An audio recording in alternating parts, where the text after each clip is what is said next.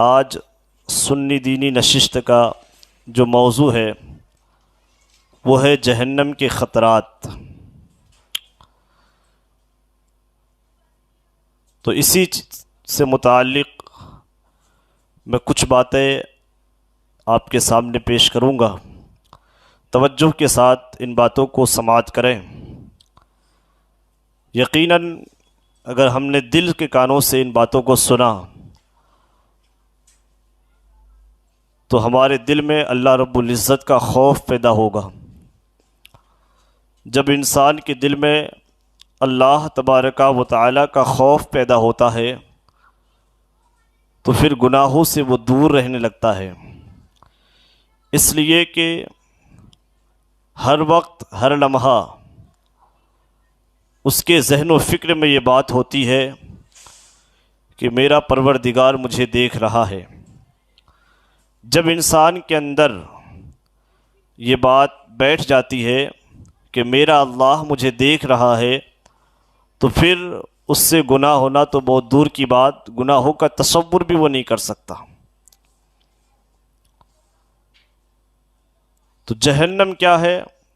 اللہ تبارک و تعالیٰ نے کافروں، مشرکوں، منافقوں اور دوسرے مجرموں اور گناہگاروں کو عذاب اور سزا دینے کے لیے آخرت میں جو ایک نہایت ہی خوفناک اور بھیانک مقام تیار کر رکھا ہے اس کا نام جہنم ہے۔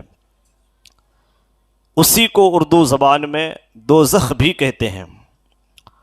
تو جہنم ایک ایسا گھر جس کو اللہ تبارک و تعالیٰ نے کافروں کے لیے، گناہگاروں کے لیے، مجرموں کے لیے، نافرمانوں کے لیے تیار کر رکھا ہے، اسے جہنم کہا جاتا ہے۔ جہنم کس جگہ پر واقع ہے؟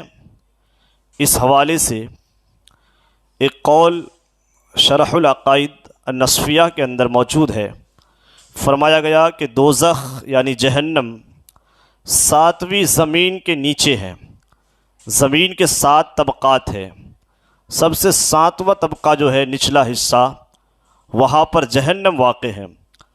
اللہ تبارک و تعالیٰ نے قرآن مجید کے اندر بیان فرمایا لہا 7 ابواب، لہا 7 ابواب، کہ اس کے 7 دروازے ہیں، یعنی جہنم کے 7 دروازے ہیں۔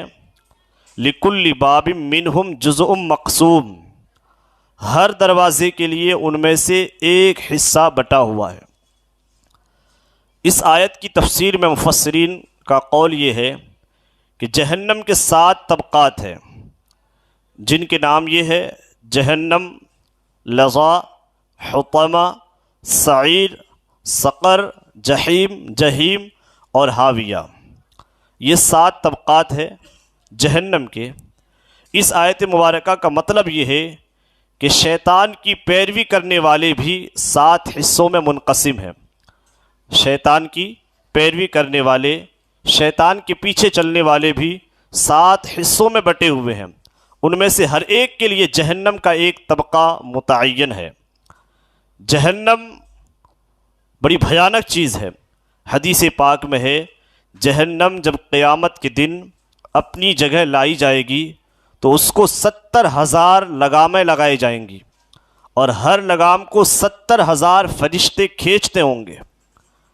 یہ اتنی بھیانک چیز، ایسی خوفناک شکل ہے جہنم کی کہ قیامت کے دن اسے اپنی جگہ پر جب لایا جائے گا تو 70,000 فرشتے اسے کھینچتے ہوں گے اور 70,000 لگامیں اسے لگائی جائیں گی۔ جہنم کا جو داروغہ ہے اس کا نام مالک علیہ السلام ہے۔ آپ بھی اس نام کو یاد کر لیں کہ جہنم کے داروغہ کا نام مالک ہے، مالک علیہ السلام۔ یہ ایک فرشتہ ہے، انہی کے زیر اہتمام دوزخیوں کو ہر قسم کا عذاب دیا جائے گا۔ انہی کی نگرانی میں جہنمیوں کو ہر طرح کا عذاب دیا جائے گا۔ جہنم کے عذاب کی اگر ہم صورتوں کی بات کریں تو جہنم کے عذاب کی کئی صورتیں ہیں۔ جہنم میں دوزخیوں کو طرح طرح کے خوفناک اور بھیانک عذاب میں مبتلا کیا جائے گا۔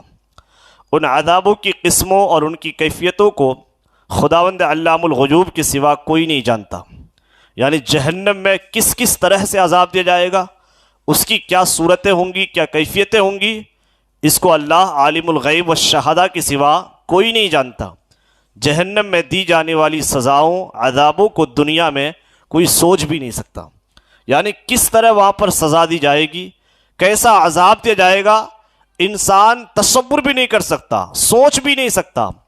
عذاب کی چند صورتیں جن کا حدیثوں کے اندر تذکرہ آیا ہے، ان میں سے کچھ میں آپ کے سامنے عرض کرتا ہوں کہ جہنم کے اندر عذاب کی کیا صورتیں ہوں گی۔ جہنم کے اندر آگ کا بھی عذاب دیا جائے گا، جیسا کہ حدیث پاک میں ملتا ہے، یہ سنن ترمذی کی روایت یہاں پر نقل کی گئی۔ فرمایا گیا کہ دوزخیوں کو، جہنمیوں کو جہنم کی آگ میں بار بار جلایا جائے گا۔ جب وہ جل بھن کر کوئلہ ہو جائیں گے تو پھر دوبارہ ان کو نئے گوشت اور نئے چمڑے کے ساتھ زندہ کیا جائے گا، اور پھر ان کو آگ میں جلایا جائے گا۔ یہ عذاب بار بار ہوتا رہے گا، یعنی ایک مرتبہ اس کو جلا دیا گیا، جل بھن کر کے وہ کوئلہ بن جائے گا، پھر دوبارہ ان کو نئے گوشت اور نئے چمڑے کے ساتھ زندہ کیا جائے گا، اور پھر ان کو آگ میں جلایا جائے گا، یعنی یہ بار بار ہوتا رہے گا۔ جہنم کی آگ کی گرمی کا عالم یہ ہے کہ پیغمبر رحمت صلی اللہ علیہ وسلم نے کہا تھا کہ فرشتوں نے 1000 سال تک جہنم کی آگ کو بھڑکایا تو دوزخ کی آگ جو تھی وہ سرخ ہو گئی۔ آپ ذرا غور فرمائیں کہ دنیا کے اندر جو آگ ہے جس کو ہم اور آپ استعمال کرتے ہیں، جس کے ذریعے کھانا وغیرہ پکاتے ہیں، یہ آگ 70 مرتبہ دھو کر کے اس دنیا میں بھیجی گئی ہے۔ پھر بھی اس آگ کا عالم یہ کہ اللہ اکبر، اگر ہم انگلی ڈال دیں تو انگلی جل جائے، کپڑے ڈال دیں کپڑے جل جائیں، لوہے کو بھی آگ پگھلا دیا کرتی ہے۔ تو یہ دنیا کی آگ ہے جسے 70 مرتبہ دھو کر کے اس دنیا میں بھیجی گئی ہے۔ ذرا سوچئے جہنم کی آگ کیسی آگ ہوگی، انسان اس کا تصور نہیں کر سکتا ہے۔ تو فرمایا گیا، پیغمبر رحمت نے کہا کہ فرشتوں نے 1000 سال تک جہنم کی آگ کو بھڑکایا تو وہ سرخ ہو گئی، لال ہو گئی، اور پھر دوبارہ 1000 سال تک اس آگ کو بھڑکایا گیا تو وہ آگ سفید ہو گئی، اور پھر تیسری بار جب 1000 سال تک اس آگ کو بھڑکائی گئی تو وہ کالے رنگ کی ہو گئی، تو وہ نہایت ہی خوفناک سیاہ رنگ ہے۔ پیغمبر رحمت نے کہا، حضور نے فرمایا کہ جہنم کی آگ کو 1000 سال تک بھڑکائی گئی تو وہ لال ہو گئی، پھر دوبارہ 1000 سال تک بھڑکائی گئی تو وہ سفید ہو گئی، پھر تیسری بار 1000 سال تک بھڑکائی گئی تو وہ بالکل کالی ہو گئی اور خوفناک ہو گئی۔ ذرا سوچیے وہ آگ کتنی بھیانک آگ ہوگی۔ ایک حدیث پاک میں یہ ملتا ہے جو کہ صحیح بخاری کے اندر بھی موجود ہے کہ جہنم کی آگ کی گرمی دنیا کی آگ کی گرمی سے 69 درجے زیادہ ہے۔ جہنم کی آگ کی گرمی جو ہے یہ دنیا کی آگ سے 69 درجے زیادہ ہے۔ اور ایک دوسری حدیث پاک میں یہ بھی آیا کہ جہنم میں آگ کا ایک پہاڑ ہے جس کی بلندی 70 سال کا راستہ ہے۔ 70 سال انسان سفر کرے کتنی دور تک پہنچے گا؟ تو جہنم کی آگ کی جو بلندی ہے، وہ جہنم میں ایک آگ کا پہاڑ ہے، اور اس پہاڑ کی بلندی کا عالم یہ کہ 70 سال وہاں پہنچنے میں لگے گا۔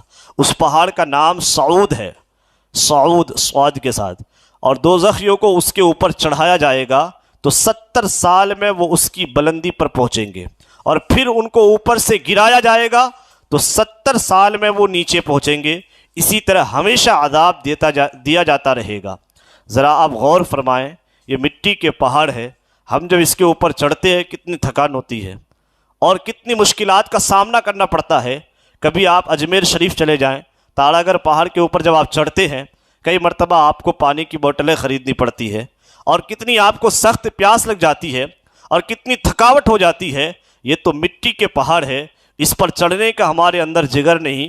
ذرا سوچو تو صحیح، وہ جہنم کا پہاڑ جو کہ آگ کا پہاڑ ہے، اللہ اکبر، اور جس کی بلندی اتنی زیادہ کہ اس کی بلندی تک پہنچتے پہنچتے 70 سال لگ جائیں گے، اور پھر اس کی بلندی پر جب بندہ پہنچ جائے گا پھر اسے وہاں سے نیچے گرایا جائے گا تو 70 سال گرتے گرتے اسے لگ جائیں گے۔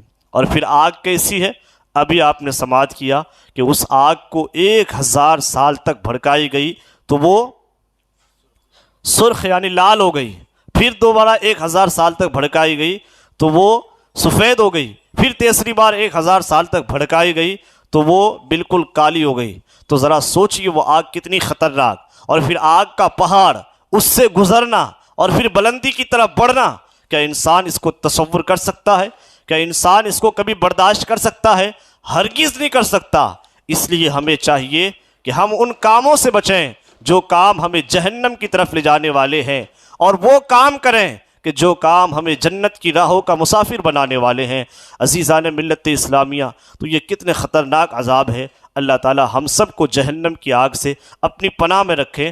اور یہ حدیث میں بھی آیا ہے کہ دوزخی جہنم کی آگ میں جھلس کر ایسے مسخ ہو جائیں گے کہ اوپر کا ہونٹ سکڑ کر آدھے سر تک پہنچ جائے گا۔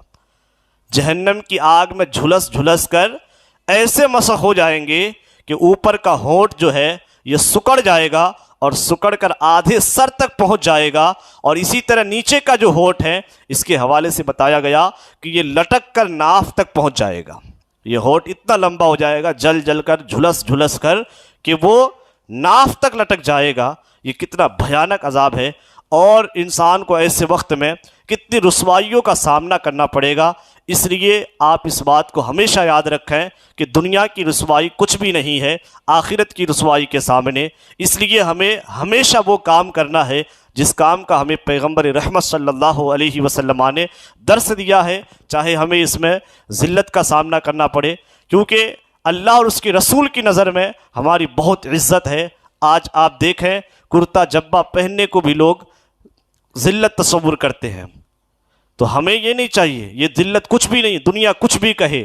آج داڑیاں رکھنے کو نعوذ باللہ من ذالک لوگ یہ سمجھتے ہیں اور اس کو رسوائی کی نگاہ سے دیکھا کرتے ہیں، لیکن یاد رکھیں اللہ اور اس کے رسول کی نگاہ میں اس کی بڑی قدر ہے۔ اور دنیا میں لوگ ہمیں ذلیل و رسوا سمجھ رہے ہیں، لیکن آخرت میں ہمارے لیے بہت بڑی عزتیں ہیں۔ تو دنیا کی ذلت و رسوائی آخرت کے مقابلے میں کچھ بھی حیثیت نہیں رکھتی۔ اس لیے ایک مسلمان کو، ایک مومن کو ہمیشہ ہر لمحہ فکر آخرت ہونا چاہیے۔ اسے دنیا کی کچھ فکر نہیں ہونی چاہیے، آخرت کی فکر۔ اور کوئی بھی کام کریں یہ نہ سوچیں رشتہ دار کیا کہیں گے، لوگ کیا کہیں گے، ہمارے دوست لوگ کیا کہیں گے، بلکہ یہ دیکھیں کہ اللہ کے رسول علیہ الصلوۃ والتسلیم اس کام کو پسند کرتے یا نہیں کرتے۔ حضور کو پسند ہے دنیا کچھ بھی کہے، حضور کے سامنے ہمارا سب کچھ خم ہے۔ پیغمبر رحمت صلی اللہ علیہ وسلم ہمارے جانوں کا مالک، ہماری عزتوں کا مالک، ہمارا سب کچھ حضور کے قدموں پہ قربان ہے۔ میرے امام احمد رضا خان فاضل بریلوی نے یہی تو کہا تھا، یا رسول اللہ دہن میں ذبح تمہارے لیے، بدن میں ہجا تمہارے لیے، ہم آئے یہاں تمہارے لیے، اٹھے بھی وہاں تمہارے لیے، ہمارا سب کچھ آقا تمہارے لیے ہے۔ ایک مسلمان کے اندر یہ ایک حوصلہ ہونا چاہیے۔ جہنم کا عذاب کتنا خطرناک ہے۔ جہنم کے اندر ایک دریا ہے، پانی کا دریا نہیں، خون کا دریا۔ اللہ اکبر۔ صحیح بخاری شریف کے اندر یہ روایت موجود ہے، فرمایا گیا کچھ دوزخیوں کو خون کے دریا میں ڈال دیا جائے گا تو وہ تیرتے ہوئے کنارے کی طرف آئیں گے، تو ایک فرشتہ ایک پتھر کی چٹان ان کے منہ پر اس زور سے مارے گا کہ وہ پھر بیچ دریا میں پلٹ کر چلے جائیں گے۔ بار بار یہی عذاب ان کو دیا جاتا رہے گا۔ یہ کون لوگ ہوں گے؟ فرمایا گیا یہ سود خوروں کا گروہ ہوگا، جو دنیا میں سودی کاروبار کرتے ہیں، قرض دے کر منافع لیتے ہیں۔ قرض دے کر کسی طرح کا منافع حاصل کرنا یہ سود ہے، اس لیے سود سے اپنے آپ کو بچائیں۔ سود یہ بہت بڑا گناہ ہے اور یہ جہنم میں لے جانے والا عمل ہے۔ یہ پیغمبر رحمت صلی اللہ علیہ وسلم نے کہا وہاں پر خون کا دریا ہوگا۔ اللہ اکبر۔ دوزخیوں کو یعنی وہ لوگ جو سود کھاتے ہیں اسے خون کے دریا میں ڈال دیا جائے گا، وہ تیرتے تیرتے کنارے کی طرف آئے گا اور پھر ایک فرشتہ ایک پتھر کی چٹان اٹھا کر کے اس کے منہ پہ ایسا مارے گا کہ وہ پھر بیچ دریا میں پلٹ کر چلے جائیں گے۔ بار بار یہی عذاب اس کو دیا جاتا رہے گا۔ تو یہ کتنا خطرناک عذاب ہے۔ اللہ رب العزت ان عذابات سے ہماری حفاظت فرمائے اور ہم سب کو جنت میں لے جانے والے کام کرنے کی توفیق عطا فرمائے۔ اسی طرح جہنم کے اندر پتھر کا بھی عذاب دیا گیا۔ کچھ جہنمیوں کو اس طرح کا عذاب دیا جائے گا کہ ایک فرشتہ ان کو لٹا کر ان کے سروں پر ایک پتھر اس زور سے مارے گا کہ ان کا سر کچل جائے گا۔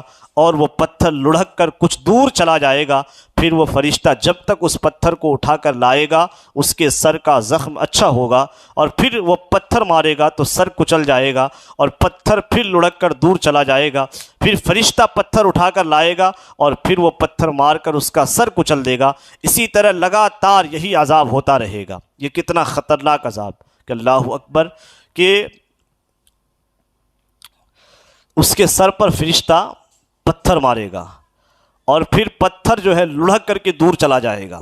فرشتہ جب تک اس پتھر کو اٹھا کر لائے گا تب تک اس کا زخم بھی درست ہو جائے گا، اور پھر دوبارہ اس کو کچلا جائے گا۔ اس طرح یہ عذاب لگاتار ہوتا رہے گا۔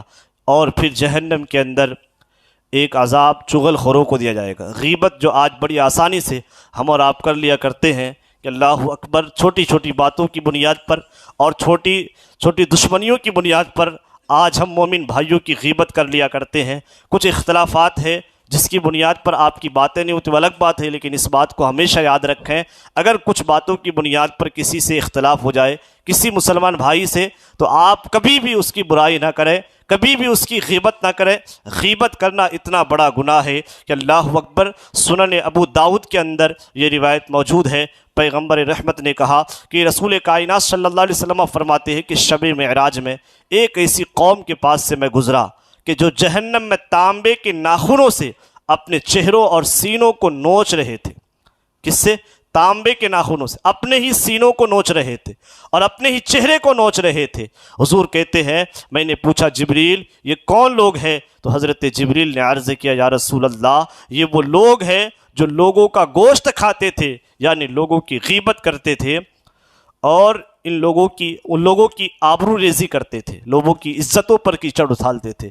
یا رسول اللہ یہ وہ لوگ ہیں جو لوگوں کی غیبت کرتے تھے، ادھر کی بات ادھر کرتے تھے۔ یا رسول اللہ یہ وہ لوگ ہیں جنہیں اس طرح عذاب دیا جا رہا ہے کہ جہنم کے اندر تانبے کے ناخنوں سے یہ اپنے چہرے کو نوچ رہے ہوں گے۔ ایک تو جہنم میں پہنچ جانا یہ بہت بڑا عذاب ہے۔ جہنم کے بارے میں ابھی آپ نے سنا، وہ خوفناک شکل اور آگ سے بنائی گئی گھر، آگ سے بنایا گیا مکان، اللہ اکبر، اس کے اندر پہنچنا یہ بہت بڑا عذاب، اور پھر اس کے اندر رہ کر کے تانبے کے ناخنوں سے اپنے چہرے کو نوچنا، اپنے سینوں کو نوچنا، یہ کتنا بڑا عذاب ہے، اللہ اکبر۔ حدیث پاک میں فرمایا گیا ایک جگہ کہ عجمی اونٹوں کے مثل، یعنی عجمی اونٹوں کی طرح بڑے بڑے سانپ ہوں گے جہنم کے اندر جو جہنمیوں کو ڈستے ہوں گے، اور وہ سانپ ایسے زہریلے ہوں گے کہ اگر ایک مرتبہ کاٹ لیں گے تو 40 سال تک ان کے زہر کا درد نہیں جائے گا۔ ایک مرتبہ اگر وہ سانپ نے ڈس لیا تو 40 سال تک اس زہر کا درد نہیں جائے گا، اور لگام لگائے ہوئے خچروں کی برابر بڑے بڑے بچھو دوزخیوں کو ڈنک مارتے رہے ہوں گے۔ آپ ذرا دیکھیں کہ بچھو جو ہیں وہ بڑے بڑے خچروں کی طرح ہوں گے، بڑے بڑے خچروں کے برابر بچھو دوزخیوں کو ڈنک مارتے رہیں گے کہ ایک مرتبہ ان کے ڈنک مارنے کی تکلیف 40 سال تک باقی رہے گی۔ بچھو نے اگر ایک مرتبہ ڈنک مار دیا تو 40 سال تک ڈنک کی جو تکلیف ہے وہ اس کے اندر باقی رہے گی۔ بعض دوزخیوں کے گلے میں سانپوں کا توق پہنایا جائے گا، جیسے آج کل پھولوں کا ہار پہنتے ہیں تو وہاں سانپوں کا ہار پہنایا جائے گا جو نہایت ہی زہریلے ہوں گے اور وہ لگاتار اسے کاٹتے رہیں گے۔ تو یہ بہت بڑا عذاب ہے۔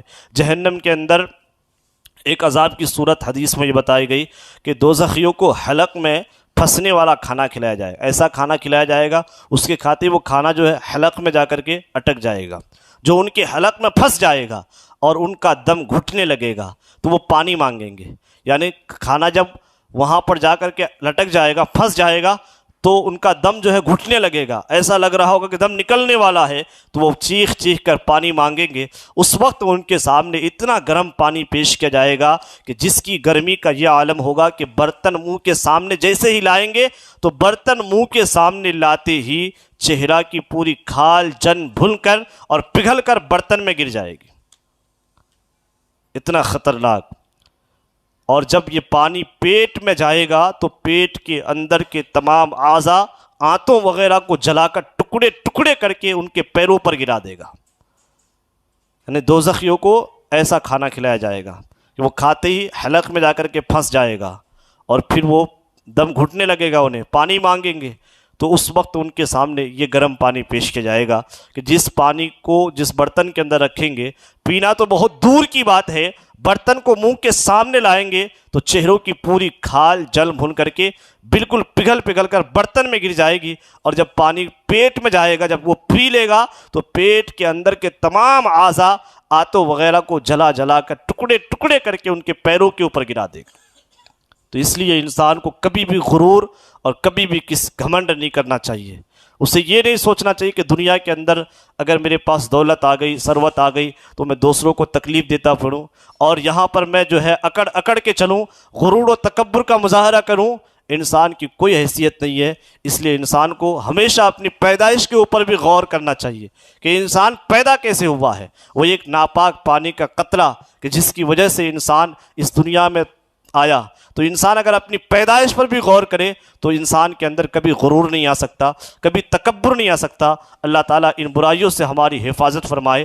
قرآن مجید کے اندر موجود ہے، فرمایا گیا کہ زقوم یعنی تھوہڑ کا درخت جہنمیوں کو کھلایا جائے گا، ایسا کڑوا کہ اللہ اکبر، جس چیز کے اندر اسے ڈال دیا جائے پوری کی پوری چیز کڑوی ہو جائے۔ تو قرآن مجید میں فرمایا گیا کہ زقوم کا درخت جہنمیوں کو کھلایا جائے گا۔ حدیث میں آیا اگر زقوم کا ایک قطرہ زمین پر گر پڑے تو دنیا والوں کے کھانے پینے کی تمام چیزوں کو کھٹی کر دے اور بدبودار بنا کر خراب کر دے۔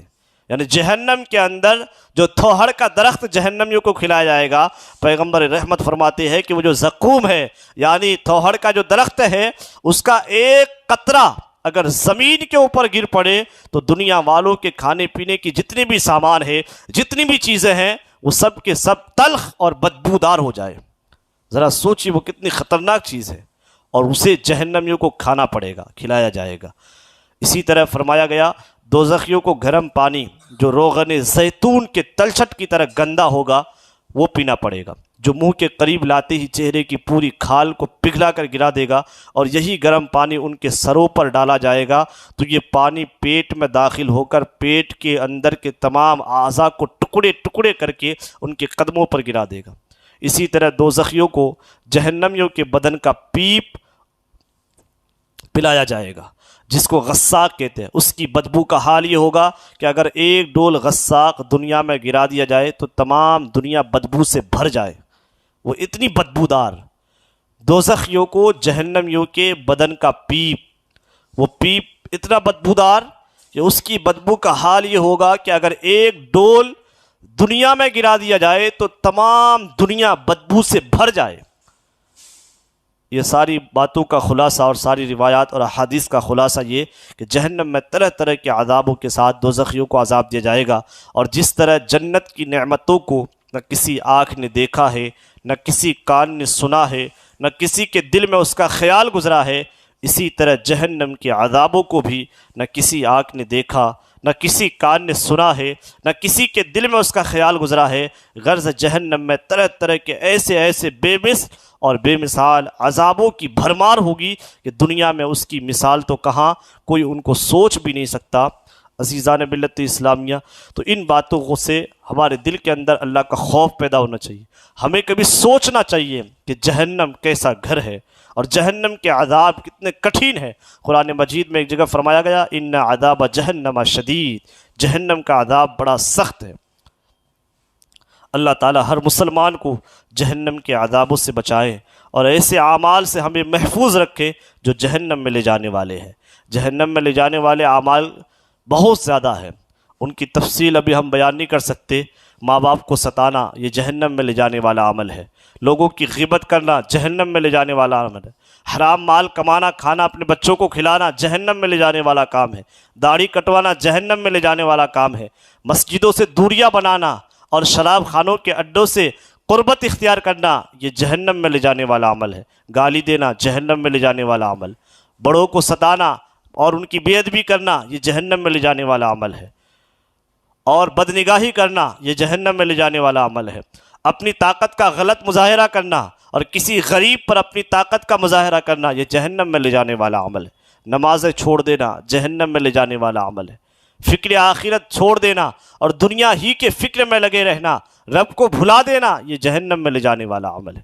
تو حضور مفتی اعظم ہند علیہ الرحمٰ نے کہا تھا ریاضت کے یہی دن ہیں، بڑھاپے میں کہا ہمت۔ اگر ہم اس شعر پہ بھی غور کر لیں، اس پر عمل کر لیں، تو یقیناً ہمیں جہنم کے عذاب سے اللہ بچائے گا اور ہم جنت کی راہ کے مسافر بن جائیں گے۔ اللہ تعالی ہمیں بزرگان دین کے اقوال پر، ان کی باتوں پر عمل کی توفیق عطا فرمائے، اور اس بات کو یاد رکھے کہ مال حرام کمانا، اپنے بچوں کو کھلانا، یہ جہنم میں لے جانے والا عمل، اور یہ بڑا بدترین کام ہے۔ اللہ تعالیٰ اس سے تمام مسلمانوں کی حفاظت فرمائے۔ حدیث پاک میں فرمایا گیا کہ مسلمان کے لیے فرائض خداوندی، یعنی اللہ تعالیٰ کے فرائض، یعنی نماز، روزہ، حج اور زکوٰۃ کے بعد رزق حلال طلب کرنا بھی فرض ہے۔ مسلمانوں پر نماز، روزہ، حج و زکوٰۃ کے بعد رزق حلال روزی تلاش کرنا، طلب کرنا، حاصل کرنا، یہ بھی فرض ہے، اور مومن کے لیے ضروری ہے کہ ہمیشہ مال حلال ہی استعمال کرے اور مال حرام سے بچتا رہے۔ چنانچہ اللہ تبارک و تعالیٰ نے قرآن مجید میں ایک جگہ فرمایا یا ایھا الذین آمنوا کلوا من طیبات ما رزقناکم واشکروا للہ ان کنتم ایاہ تعبدون۔ اللہ فرماتا اے ایمان والو، کھاؤ ہماری دی ہوئی ستھری چیزیں اور اللہ کا احسان مانو اگر تم اسی کو پوجتے ہو۔ اگر تم اللہ ہی کی عبادت کرتے ہو تو پھر اے ایمان والو ہماری دی ہوئی ستھری چیزیں کھاؤ اور اللہ کا احسان مانو۔ حضرت سیدنا ابو ہریرہ رضی اللہ تعالیٰ عنہ سے روایت ہے کہ حضور پیغمبر رحمت صلی اللہ علیہ وسلم نے کہا لوگوں پر ایک زمانہ ایسا آئے گا کہ آدمی یہ پرواہ نہیں کرے گا کہ اس نے جو مال حاصل کیا وہ حرام ہے یا حلال۔ آپ اس حدیث پر غور کریں، میرے غیب داں نبی صلی اللہ علیہ وسلم نے بہت پہلے کہا، 1450 سال پہلے پیغمبر رحمت نے کہا تھا لوگوں پر ایک زمانہ ایسا آئے گا کہ لوگ یہ پرواہ ہی نہیں کریں گے کہ اس نے جو مال حاصل کیا ہے وہ حرام ہے یا حلال۔ اس حدیث پاک کے تناظر میں آج کے ماحول کو آپ اچھی طرح سمجھ سکتے ہیں کہ آج کیا چل رہا ہے۔ انسان مال و دولت کو حاصل کرنے کے چکر میں وہ پرواہ نہیں کرتا ہے کہ میں جس راہ میں مال حاصل کرنے نکلا ہوں یہ حرام ہے یا حلال۔ اللہ تعالی ہم تمام مسلمانوں کو توفیق عطا فرمائے حلال مال کمانے اور کھانے کی، اور جہنم میں لے جانے والے اعمال میں سے ایک بدترین عمل جو ہے وہ نماز چھوڑ دینا۔ اس حوالے سے 2-3 باتیں میں آپ کے سامنے عرض کرتا ہوں۔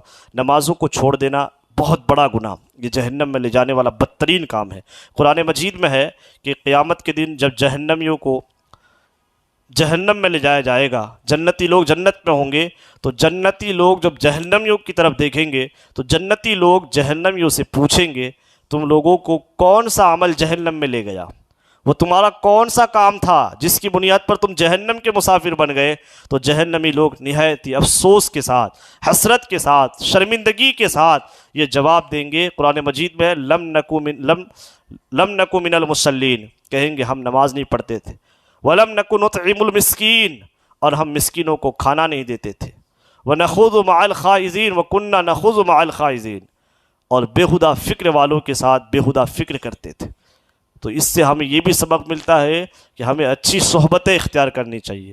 دوست آپ ایسا بنائیے کہ جو آپ کی آخرت کی فکر کریں اور جن سے آپ کو فکر آخرت کا کچھ حوصلہ اور جذبہ ملے۔ آج ہم صرف دوست وہ اختیار کرتے ہیں کہ جس کو دیکھتے وہ امیر ہے اور اس کے چلنے پھرنے کا انداز آج کے ماحول کے حساب سے ہے۔ تو عزیز دوستو، ہمیں ایسا دوست بھی اختیار نہیں کرنا۔ ایسا دوست اختیار کیجئے جو نمازی ہو، جو آپ کو بھی نمازی بنا دے، جو گناہوں سے بچتا ہو، نیکیوں کے ماحول میں جو زندگی گزارتا ہو۔ ایسے دوست اگر آپ اختیار کریں گے تو اس کا فائدہ کیا ہوگا؟ بڑے اختصار کے ساتھ ایک روایت کا خلاصہ میں آپ کے سامنے عرض کرتا ہوں۔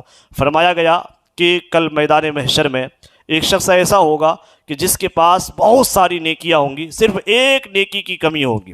وہ اپنے باپ کے پاس جائے گا، کہے گا میں تیرا لاڈلا بیٹا تھا، آج مجھے ایک نیکی کی ضرورت ہے، وہ مجھے دے دے۔ اس کا باپ کہے گا بیٹا آج میں نہیں دے سکتا۔ ماں کے پاس جائے گا، ماں بھی نہیں دے گی۔ بھائی بہن کے پاس جائیں کوئی نہیں دے گا۔ لیکن حدیث میں آیا کہ ایک اس کا نیک دوست ہوگا جس کو اس نے دنیا میں دوست بنایا تھا، وہ اللہ کا خوف اپنے دل کے اندر رکھتا تھا، وہ ایک دوست ہوگا جو اسے ایک نیکی دے دے گا۔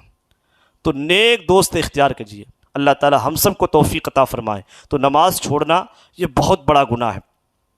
تو فرمایا گیا کہ وَكُنَّا نُكَذِّبُ بِيَوْمِ الدِّينِ وہ کہیں گے کہ ہم انصاف کے دن کو بھی جھٹلاتے تھے جس کی بنیاد پر آج ہم جہنم میں آئے، حتی اتانا الیقین، یہاں تک کہ ہمیں موت آئی۔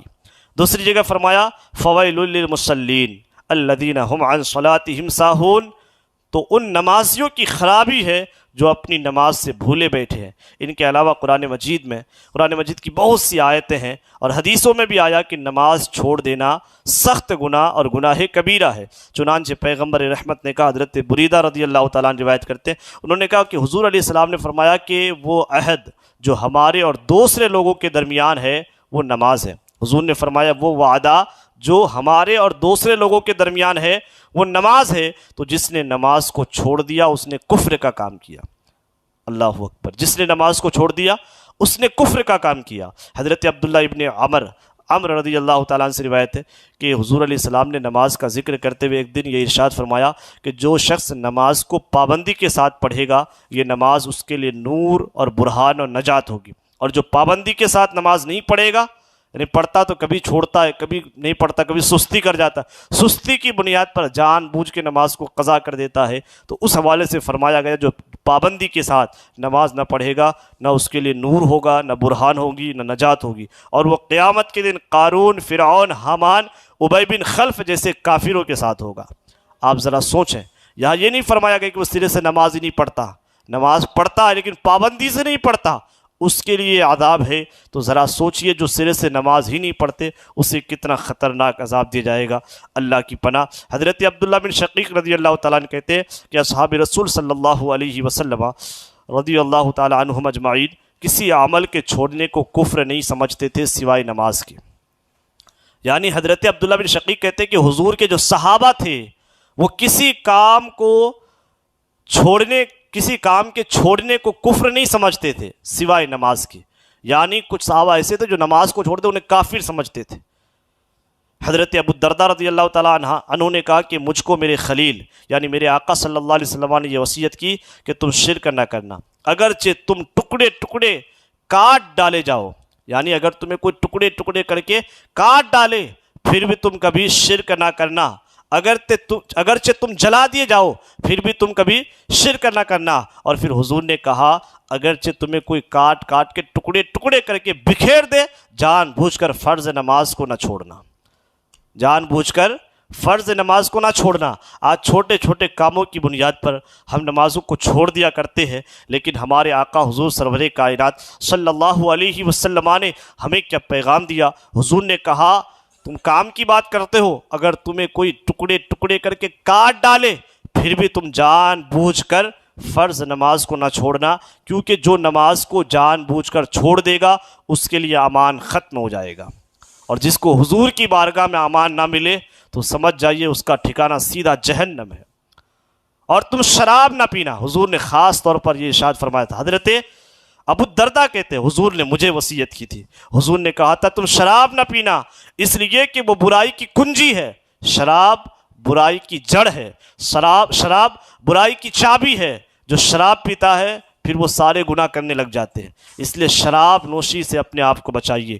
ان تمام تر حدیثوں میں حدیث نمبر 2 جو بیان کیا گیا، اس کا مطلب یہ کہ جس طرح قارون، فرعون، حامان، ابی بن خلف وغیرہ کفار جہنم میں جائیں گے، اسی طرح نماز چھوڑ دینے والا مسلمان بھی جہنم میں جائے گا۔